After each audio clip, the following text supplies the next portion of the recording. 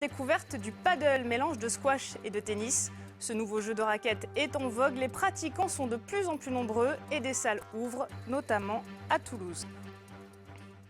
Un autre sport à présent, un sport de raquettes qui a le vent en poupe, le paddle. Il fait déjà un tabac depuis de nombreuses années dans les pays d'Amérique latine ou en Espagne. Ici, les structures où l'on peut s'initier se multiplient. Exemple à Toulouse avec Eric Orevitz et Eric Foissac. Position d'attention. Tac. Et on avance. C'est un rendez-vous de plus en plus régulier après les cours ou le travail. En louant ces terrains à l'heure et sans être affiliés à un club, ces joueurs s'initient au paddle, un sport de raquette cousin du squash, du badminton et du tennis réunis. C'est un sport que je trouve plus ludique.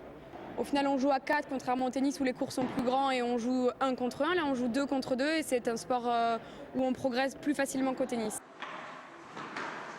Nous venons de finir au travail et venus ici pour jouer. Ça fait de lien entre nous, de convivialité, c'est ça.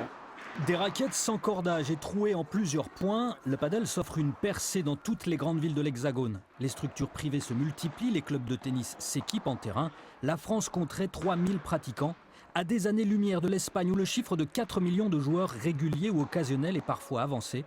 Dans l'agglomération toulousaine, certains investisseurs privés se lancent dans l'aventure. Il se trouve qu'à Toulouse, c'est une ville historique de paddle. Ça fait des années qu'il y a des joueurs, il y a une communauté espagnole, on n'est pas loin de l'Espagne.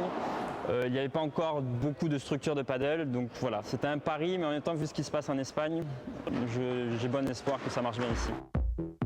Un terrain de 20 mètres sur 10, du gazon synthétique mélangé à du sable, le décor est planté. Un match se joue en 2 sets gagnants, toujours en double. Service à la cuillère, un seul rebond autorisé à terre, mais ici les murs de verre ou les grillages sont utilisés pour renvoyer la balle.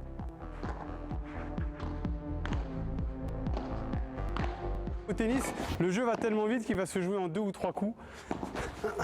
Alors qu'au paddle, avec cette zone de défense, avec une structure, ça permet de calmer un peu plus le jeu et de rallonger les échanges. Ce jeu a été inventé par hasard lors d'une partie de tennis dans une maison privée au Mexique. Une personne qui avait son terrain de tennis jouait avec sa femme, mais n'avait pas beaucoup de recul entre la ligne de fond de cours et le mur de la maison. Et alors, puisqu'il tapait un peu trop fort pour sa femme, celle-ci était dépassée par les balles et s'est retrouvée à avoir des balles qui revenaient du mur de la maison et elle s'est amusée à aller lui renvoyer. Tape mon coco, moi je m'en fous, j'ai mon mur, je te renvoie la balle. Le paddle a son propre circuit mondial, ses joueurs pros et ses aficionados. Les Argentins ou les Espagnols raffolent de ces rencontres à rebondissement où les équipes assurent le spectacle. Si les pays hispanophones ont montré la voie, la France cherche encore à combler son retard. Le paddle est depuis quelques mois rattaché à la Fédération française de tennis. Les ligues régionales se retrouvent donc impliquées dans son développement. On a déjà initié nos enseignants de tennis à cette pratique. On sent vraiment une grosse dynamique qui est en train de s'installer au niveau des enseignants, mais également des dirigeants de clubs de tennis. Le coup de booster viendra peut-être aussi via le haut niveau international. L'équipe de France et 2 de ses représentants toulousains, Cédric Carité et Alexandre Salle, sont ainsi devenus en décembre champions d'Europe de la discipline.